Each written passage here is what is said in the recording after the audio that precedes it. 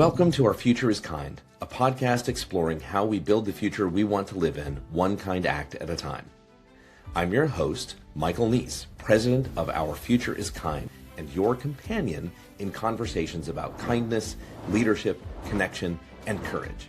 Each week, I sit down with thoughtful leaders, creators, and bridge builders to explore what a healthier, more humane future could look like, and the choices it takes to build it. These are honest conversations about purpose, culture, curiosity, and what it really means to show up for one another at work, in our communities, and in everyday life. Along the way, we'll unearth practical ideas, small but meaningful acts, and questions worth sitting with, because building what's next is a choice. So let's dive in. Joshua Newman is the founder of Kind Lips and Kind Lips Classroom. His goal is to help end bullying and create a kinder world. Josh Newman, thanks for being on the program. Thanks for having me, Michael. Really appreciate you, taking some time here to talk to us about anti-bullying and all that. But before we go there, I introduced you, but I always love for our guests to introduce themselves. So what makes you, you? I'm still figuring that out. I would say I'm 46 years old, and I was about 40 when I realized, I don't know if I love myself or know who I actually am. And so I was actually talking with my mom about that this morning, a little bit of identity stuff. And I'm still, she made me a scrapbook a few years ago, and I've kind of got this, I've been making it part of my day in the morning where I'll spend 10 minutes looking at photos of me as a child. And I learned that I was 40 and I realized I didn't love myself. I wasn't kind to myself. And so I'm just been on that journey for the last 6 years. And I'm looking at myself as a child, and I'm finally just now starting to get to a point where I see myself as a child, and I'm like, I love myself. And so as I continue to answer your question, that was probably more deep than what the question was, but as I continue to go down and do exercises like that, I feel like I'm who I am is actually changing as I'm becoming more in tune with who I was created to be. So, but all I know is I'm happy with myself. I feel like it's some days I'm a leader, some days I'm a follower, some days I'm, a mess. Some days I'm perfect, and it's, I'm me, I guess. So I enjoy the loving answer, because I think there are a lot of people who are very harsh with themselves, very unkind to themselves. So the fact that you are at least thinking about that and very reflective on that, I think that's wonderful, because that means that the little boy that you used to be is in good hands, right? yeah. Yeah. Yeah, no, that's really true. And honestly, the more, and it wasn't I think it's from my own experiences, I wasn't consciously aware that I wasn't kind to myself, because I'm just, that's my lens, and I'm going through life, and I'm just doing me. And then when I finally realized, it hit me, and I was like, I'm not kind to myself. I'm leading this company called Kind Lips, and I'm telling everybody else to be kind to everyone around them, and I'm not even doing it to myself. And so I knew to be an authentic and be the leader that I wanted to be, I had to go down and do the hard work and learn how to be kind to myself, before I could tell other people to be kind. So, and as I've gone down that journey, the kindness that I'm able to share with other people, I think, is even greater, just because I love myself more. And so it's more of an authentic kindness. And I find myself going on walks or doing whatever and authentically smiling at people and being happy to see them, where I don't think I was like that before. I was probably more reserved and just kept to myself because of my own insecurities. And so the more that I learn to be kind to myself, the less insecure I am. So I don't know what that means. I just know I'm going to keep trying that way, go down that direction. I love it. I love it.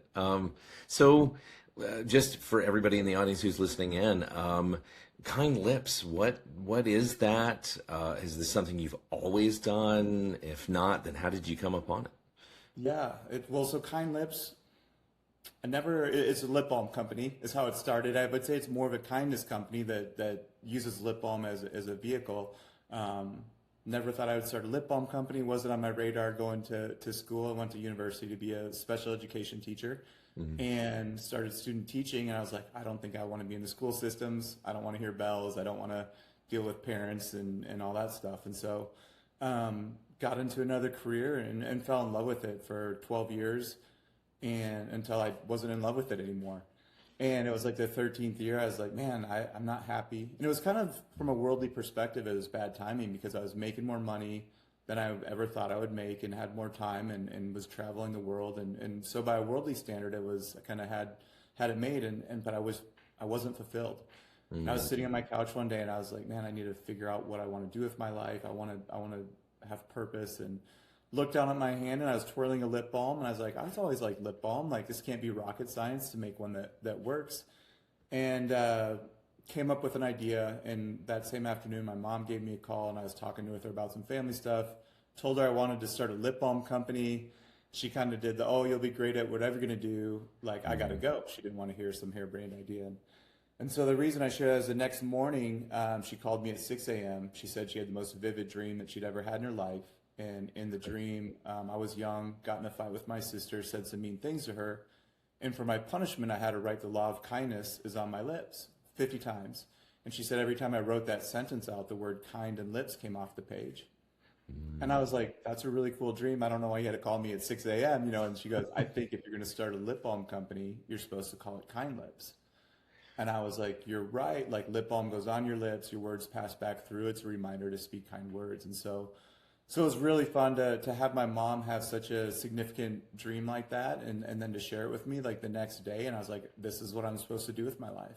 So it's make a really good lip balm that has a dual purpose of spreading kindness. So. And the kindness that you are now putting into lip balm, is that where it ends? I mean, you say that your kindness passes through your lips. I think there's a bit more to it, right?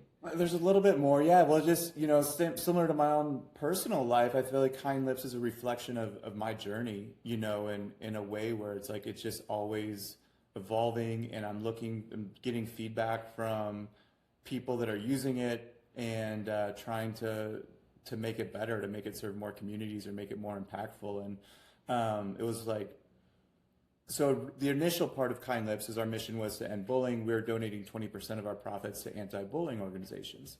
Wow. And so that was really awesome to be able to do that, because from the beginning of like in my personal life, I would always give 10% of everything I made to like a church or charity. And then when I started Kind Lips, I was like, I wanted to challenge myself. So I'm like, we're going to do 20%. And if I don't start that from the get-go, I'll never be able to back myself into it later because of whatever expenses just come. Sure. And so I started that, which was a lofty goal. And as we were donating to these other organizations, I was like, it was really cool to be involved. And then like about a year into the journey, I had a teacher reach out to me, and she's like, I gave all the kids these lip balms. They kept it in their desk, and it was really cute. They'd all give each other compliments every time they'd use it. She's like, but whenever the kids would act up, she used the name Johnny. She's like, whenever Johnny would act up, the other kids would say, Johnny, you should put your kind lips on. Johnny self-reflected, and she said it went from being the most behaviorally challenged classroom that she'd had in 18 years to one of the most well-behaved in less than 3 months. And so I was like, that's amazing. That's like the whole idea. It's a behavior cue, a behavior modification tool, the lip balm is. And so it worked for those students, so it can obviously work for more. I ended up starting Kind Lips in the classroom and taking her program and using that for other schools.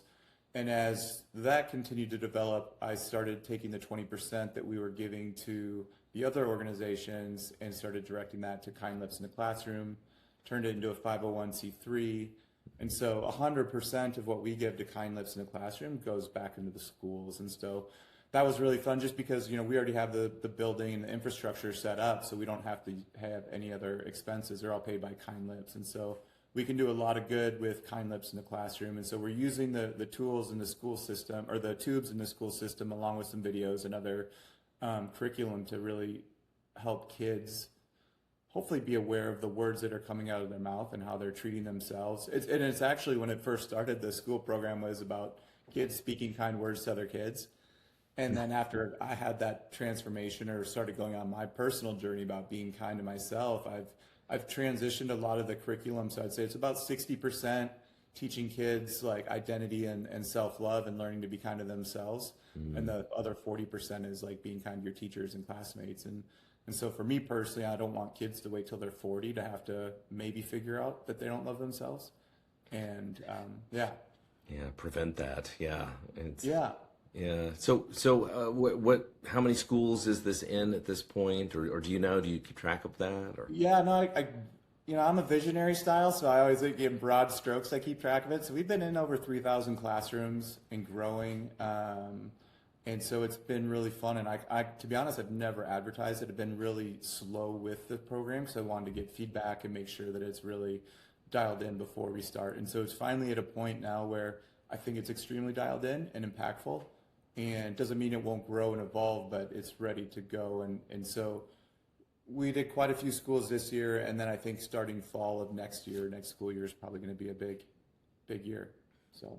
That's wonderful. Yeah, the idea that something that's not terribly expensive and is something that like every kid wants to have, you know, like a little bit of lip balm in their pocket, in their book bag, in their desk. It's a really cool idea to keep it always close at hand. Is that part of what your thinking was in this? You know, part of it is like it's the whole idea of lip balm going on your lips, your words passing back through. So being a reminder to speak kind word, and I knew I was into self-development and still am, and I was like, I'd keep it in my car. And actually the very first moment I was making the formula on my stove at home. So I went through this whole process, learned how to make lip balm. And so I had just a white tube, no label on it or anything. Mm-hmm. And I walked into my favorite to-go restaurant to get some food. And there's these two women that were sitting down having dinner, and they were probably like 80, 85 years old. And I'm waiting for my to-go food, and I pulled out my tube of Kind Lips, and I was like, but I had the thought, I'm like, these are just like beautiful women, like laughing and enjoying their time.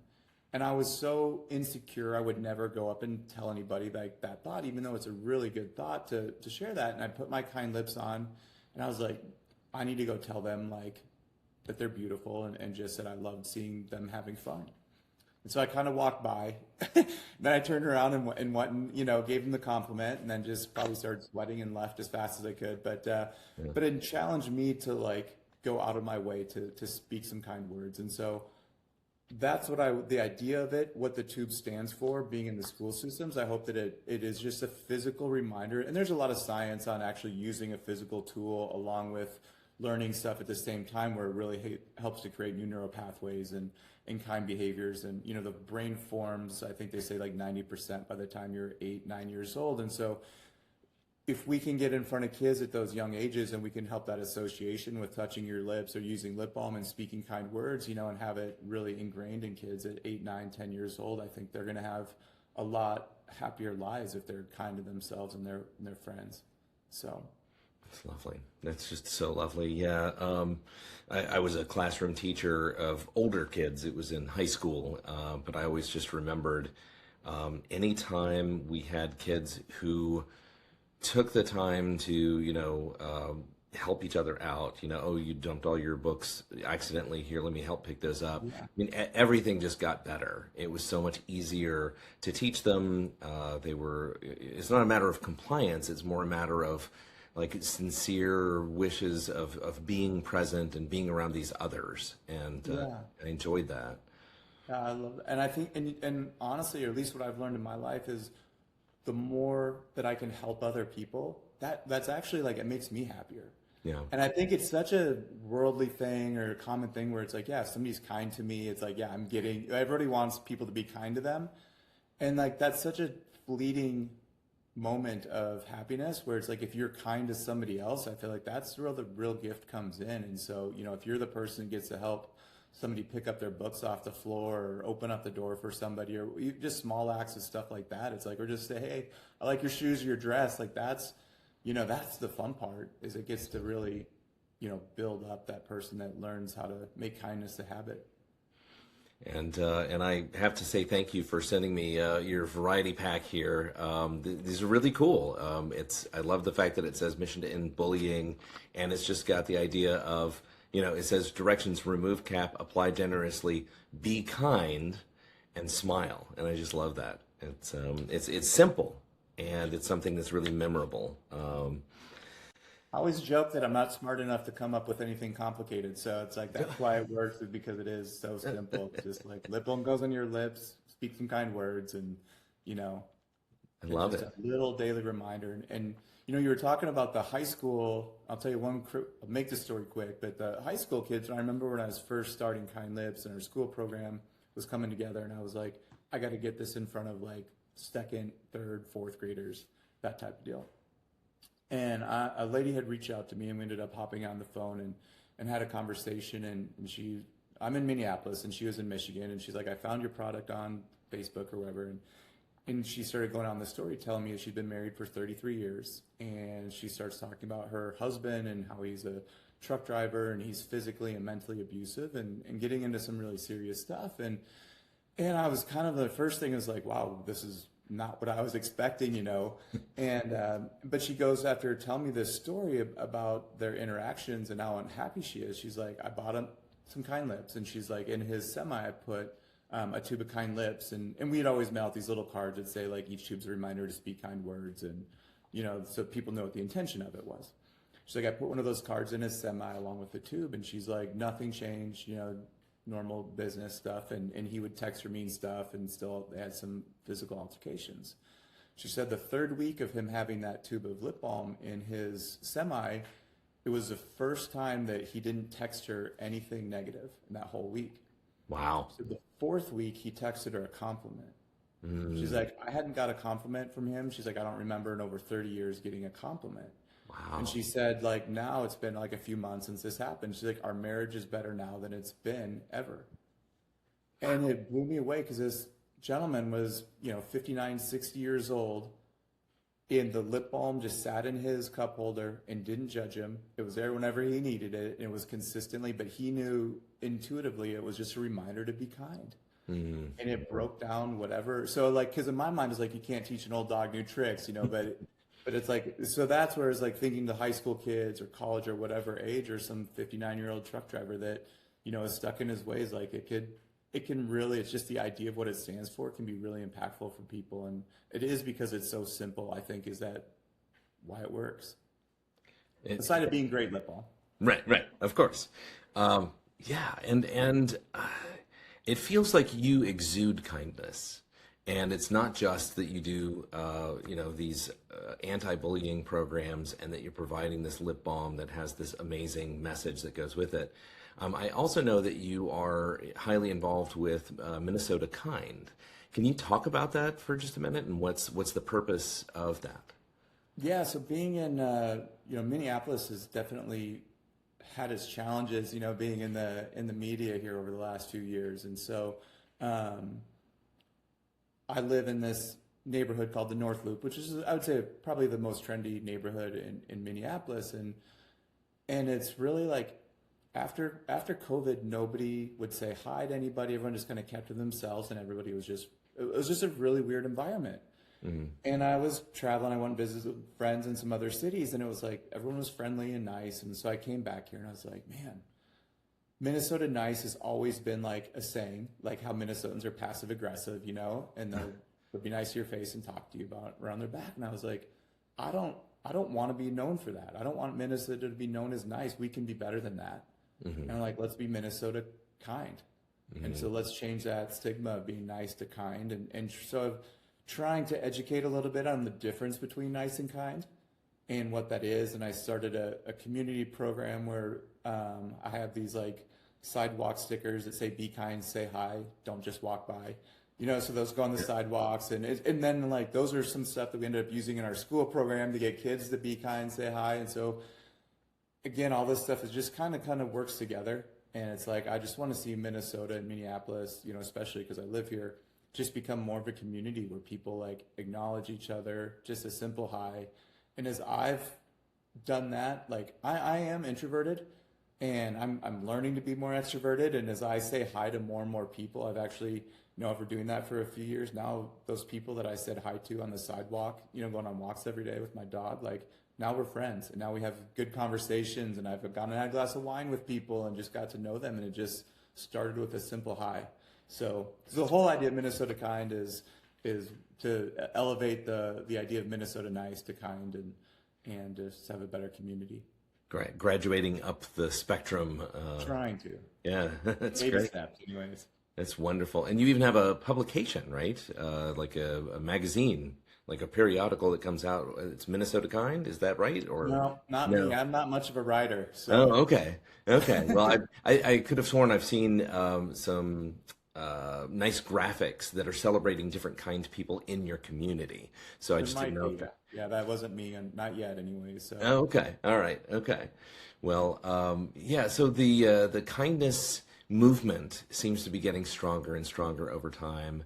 There are summits now. There are conferences that are all based on connecting as humans, increasing kindness. There's the K20 Kindness Summit in Fort Myers, Florida. Are you involved in any of these kinds of movements? Are you attending conferences? Are you investing in the kindness community and meeting others? Because I think I've met at least a couple of people through you that I didn't know otherwise who were in the kindness space. To be honest, I haven't, and the only reason is I'm so busy with Kind Lips Yeah, yeah. in the school program. Is I used to be out of the country more than I was in the country, Wow. and Okay. now I think I went on one flight last year. Oh, wow. And so it's just a different season of life where I'm super involved in a growing business. And so it's a really fun season in some ways and not as fun in other ways, from not being able to travel and go to conferences like that. I hope to soon be able to do that, but I haven't gotten involved in any of those stuff. And I think just, yeah, just from where the business is at, but I want to. And I don't, yeah, so it's good. So share any of those summits or that stuff because I think it'd be awesome. It's a natural world to get into, and I love that people are doing that and wanting to create kinder environments. And that, I mean, it's being a visionary. I'm already like I just because I do it, I create more work for myself all the time, and I'm working on a brand called Kind Apartment, and I want Kind Apartment to house like Kind Lips and Kind Lips in the classroom and some other kind ideas that I have, but I want it to be like the logo will be like this world, and I want kindness to be all over the world, and it is global, and kindness is not controversial. So it doesn't matter what you vote or who you like or what your religion is. It's like kindness is not controversial, and it should be worldwide. And so I love that people are out there trying to do that. Love it. Absolutely love it. So, Josh Newman, I would love to take you on a little thought experiment with me. Are you game to try something? I'm game. All right. So we're going to get into a time machine together, and I'm going to get behind the controls, and I'm going to say, "Hey, Josh, guess what? We are going 100 years in the future, and we've done all the right things. We did all the right things. It's going to be the best possible future. So we're going to open up these doors, and it's 2126. What are you looking for to confirm that I told you the truth? What are the hallmarks that say this is the right future?" I'm a firm believer in this season of life, and maybe it'll look different in another one, that the key to life is different for everybody. And the more that individuals can learn how to be kind to themselves and love themselves and not compare themselves with other people, to respect their own boundaries and the boundaries of others.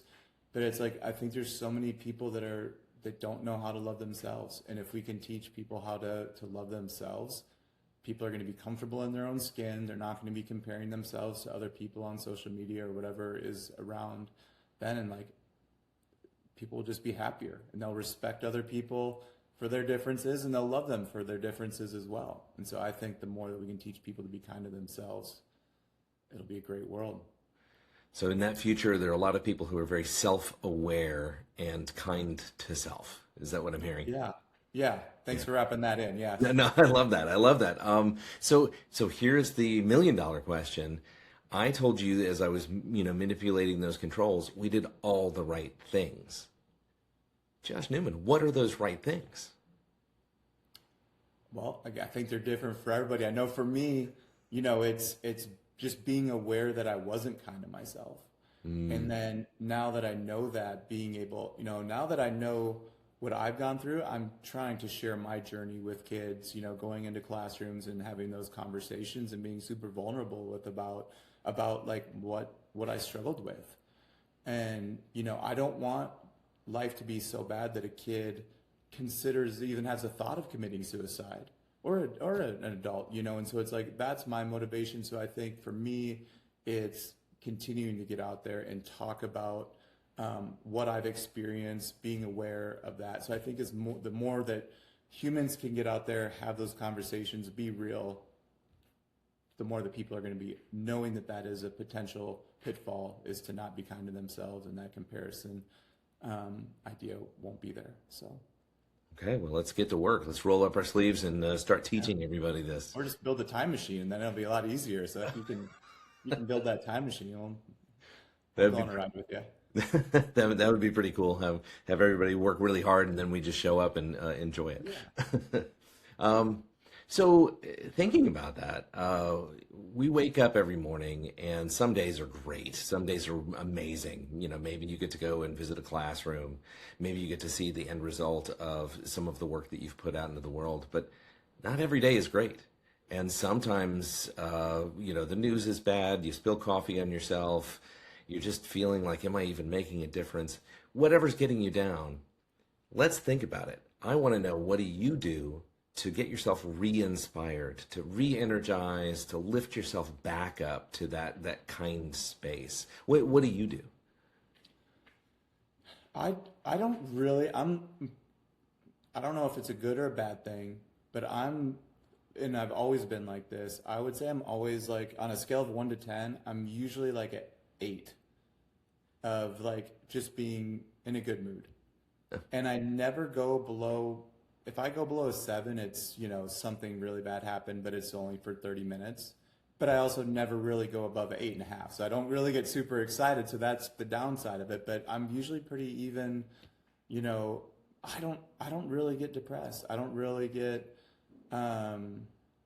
sad. I would say if I get sad, it's maybe, once a year, twice a year, but it's for, 30, 40 minutes. And then I do know that for me, I'm constantly looking for ways to help other people, and not big, grandiose ways. It's just, I love opening up doors for people.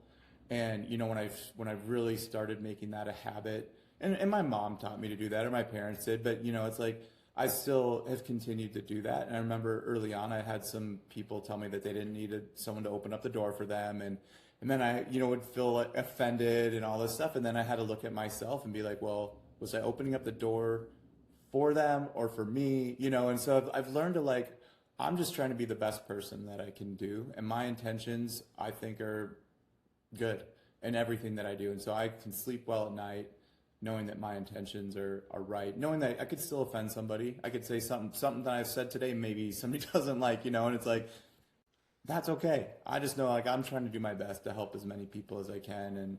And yeah. Okay.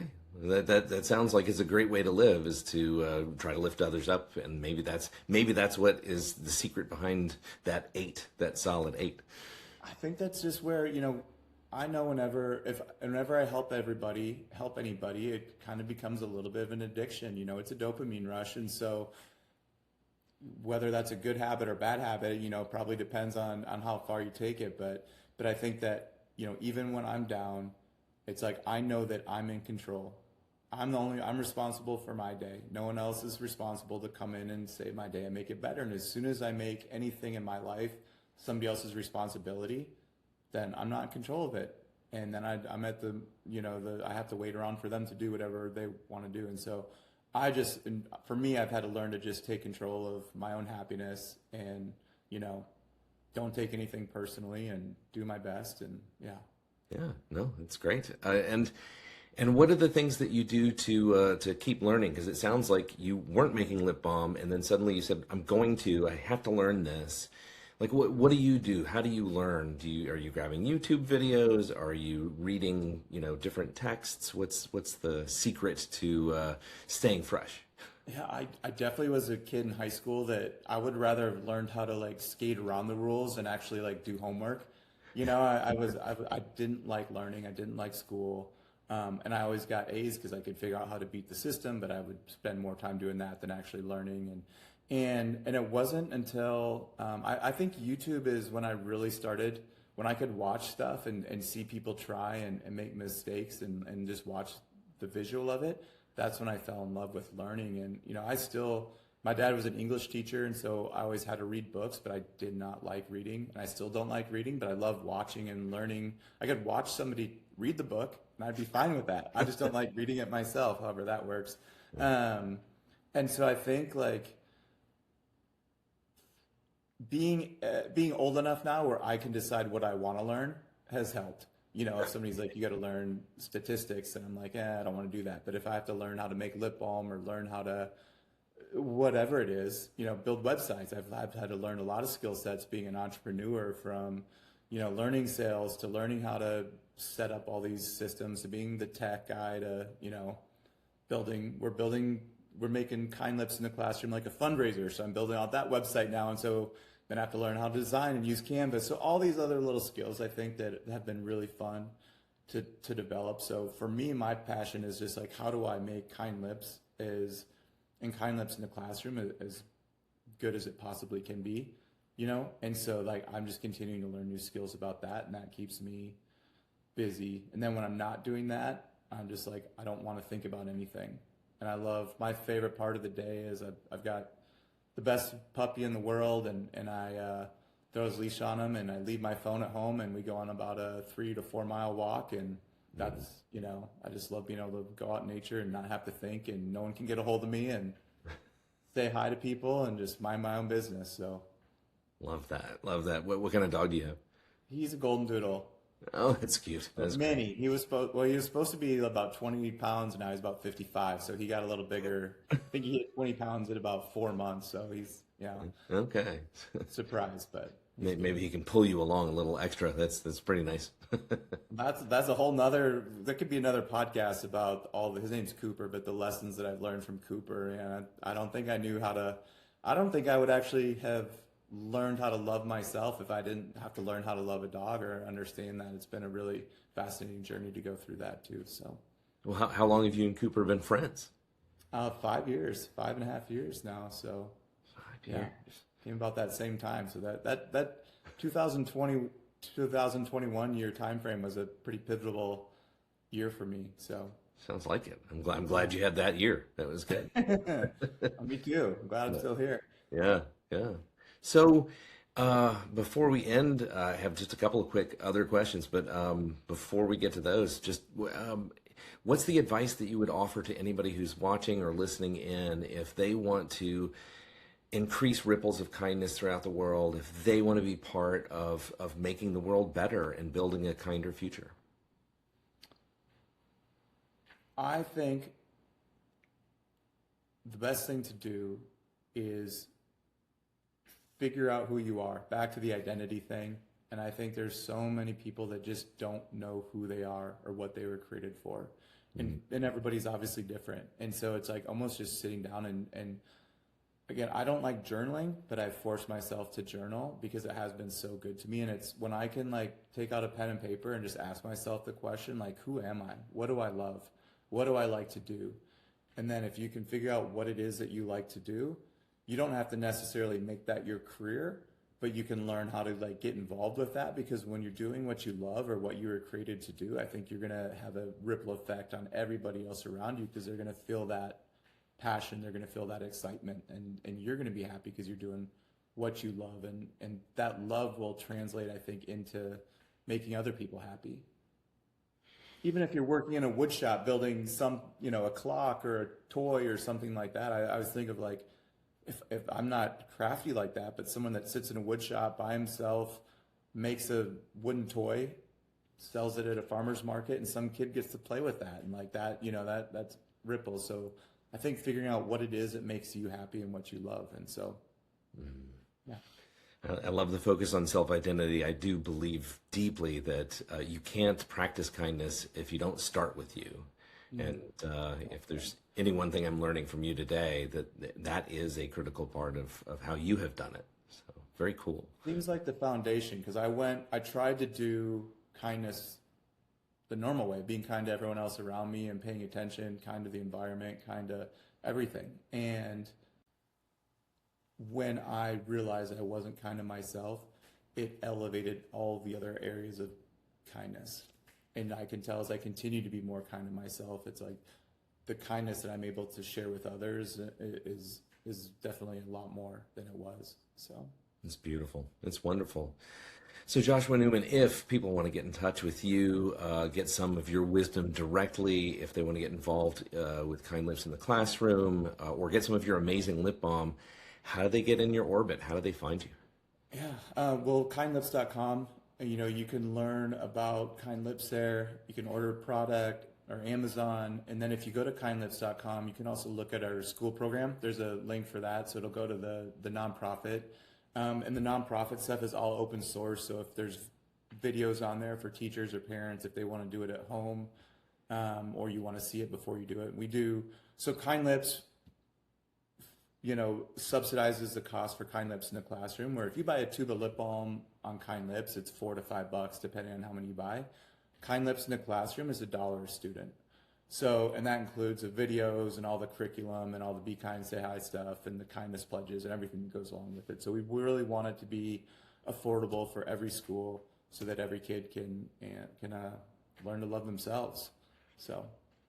Wonderful. Well, I hope everybody listening in, reach out, go online and get involved, because this isn't something we do alone. This is something we do together. Yeah. Yeah. All right. Well, Josh, thank you again so much for being on Our Future is Kind. Thank you for the opportunity. This week's Kindness Challenge. This week, practice kindness by speaking one intentional, positive message to someone else each day, and pair it with a small reminder for yourself to be kind, like a sticky note or a gesture of self-care. Want to stay inspired so you can stay kind? Stay inspired by connecting with others and noticing opportunities for small acts of kindness. Joshua recommends journaling, observing moments of beauty, helping someone without expectation, or using playful rituals like a lip balm reminder to integrate kindness into daily life. These small, repeated actions reinforce compassion both inward and outward. You've been listening to Our Future is Kind podcast, where building what's next is a choice. Make your next choice a good one and help build the future we want to live in.